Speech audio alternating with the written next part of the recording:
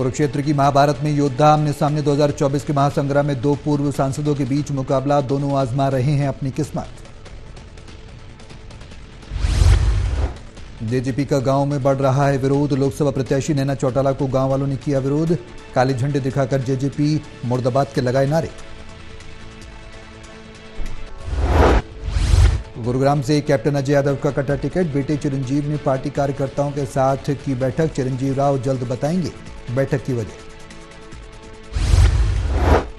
दिव्यांशु बुद्धिराजा को पंजाब हरियाणा हाईकोर्ट से लगा तगड़ा झटका, कोर्ट ने पंचकुला कोर्ट के फैसले को चुनौती देने वाली याचिका को किया खारिज। करनाल में सीएम नायब सैनी सूर्य मंदिर में की पूजा अर्चना, कहा 10 की 10 लोकसभा सीटों पर बीजेपी का होगा राज। मोदी की सरकार ने, डबल इंजन की सरकार ने आज गरीब व्यक्ति की अपेक्षाओं के ऊपर डायरेक्ट लाभ उनके घर तक पहुंचाने का काम किया है। हर वर्ग के लिए काम किया है, महिला को सशक्त किया है, किसान को मजबूत किया है, युवाओं के अंदर विश्वास बढ़ाने का काम किया है, गरीब व्यक्ति के चेहरे पर मुस्कान लाने का काम इन 10 वर्ष।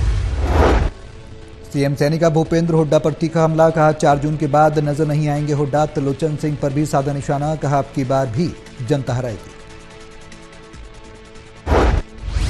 मुकाबला मान रहे हैं, पिछले बार भी वो मुकाबला मान रहे थे, 10 की 10 सीटें साफ हो गई थी, पिछले बार नहीं मुकाबला मान रहे थे भूपेंद्र सिंह हुड्डा।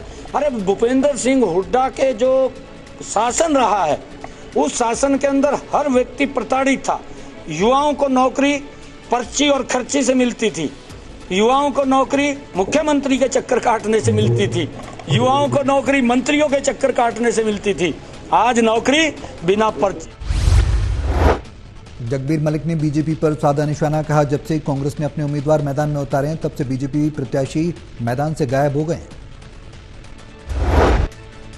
सोनीपत में एकदम से जो ही नाम सतपाल ब्रह्मचारी का आया है, कांग्रेस का इलेक्शन जो है एकदम से उठ गया है। और बीजेपी का जो मुख्यमंत्री जी कहते फिर रहे थे कांग्रेस मैदान में नहीं, कांग्रेस मैदान छोड़ चुकी है, मेरे ख्याल में मोहनलाल बड़ौली ने मैदान छोड़ दिया है, अब वो फील्ड में नजर नहीं आते, अब तो कांग्रेस ही कांग्रेस फील्ड में है। और देखो कितना भारी उत्साह इनमें है कांग्रेस। विधायक जगबीर मलिक ने कहा कांग्रेस किसान मजदूर बेरोजगारी महंगाई और भ्रष्टाचार जैसे मुद्दों को लेकर चुनाव मैदान में उतरी है, हरियाणा की 10 की 10 लोकसभा सीटों पर जीत होगी। अरे 10 की 10 पर है, कोई ऊक चुक लग के एक आधी इधर उधर हो सकती है, लेकिन आज के दिन 10 की 10 सीटों पर कांग्रेस मजबूती से खड़ी है, इलेक्शन लड़ रही है और बीजेपी खेमे में पूरी घबराहट है। ये कैंडिडेट इतने स्ट्री कैंडिडेट कहाँ से पैदा हुए। जयप्रकाश ने अपने चुनाव प्रचार को दी तूफानी रफ्तार, कहा हिसार में अपनी ही पार्टी के सबसे वरिष्ठ नेता का अपमान बीजेपी को भारी पड़ेगा।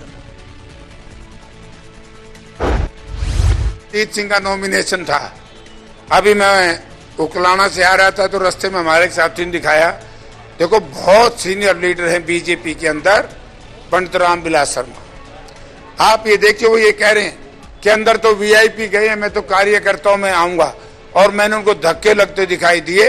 ये पिछले 20 दिन में दूसरा मौका है जब चौधरी रणजीत सिंह ने ब्राह्मण समुदाय। जेजेपी को एक और बड़ा झटका, जेजेपी के राष्ट्रीय महासचिव ने हजारों समर्थकों के साथ छोड़ी पार्टी, कांग्रेस प्रत्याशी महेंद्र प्रताप को दिया समर्थन की घोषणा करी है और सरकार ने पाबंदी लगा रखी है कि अगर आप अल्ट्रासाउंड कराओगे कि लड़का है कि लड़की है तो वो गुनाह भी है। अभी आगे जो मेरी प्लान है वो अभी है, क्यों खुलवाओ है? नहीं, इलेक्शन का दौर है, इस समय मेरा फर्ज ये है कि महेंद्र प्रताप जी के साथ सब मिलकर काम करें। इस इलेक्शन के बाद फिर कई दिन तुम्हें किसी दिन तुम्हें बुला लूंगा, फिर बता दूंगा कि मैं ये करने जा रहा हूँ। पार्टी जेजेपी के महासचिव का बीजेपी पर हमला, कहा चुनाव नतीजे आने से बीजेपी का वहम निकल जाएगा, उनकी बुरी तरह हार होगी। कोई मशीनों में कोई करामात हो तो मैं कहता नहीं हूं, और नई इलेक्शन वो होगा जो 2014 में कृष्णपाल जी का अवतार बढ़ाना कहा, जितनी वोट अवतार बढ़ाना को मिली वो कृष्णपाल जी को रहेंगी, जितनी कृष्णपाल जी को मिली वो महेंद्र प्रताप जी करेंगी। ये बात आपके बीच में कह रहा हूं तो रिकॉर्डेड तो है ही, आप लिख लेना। अगर कोई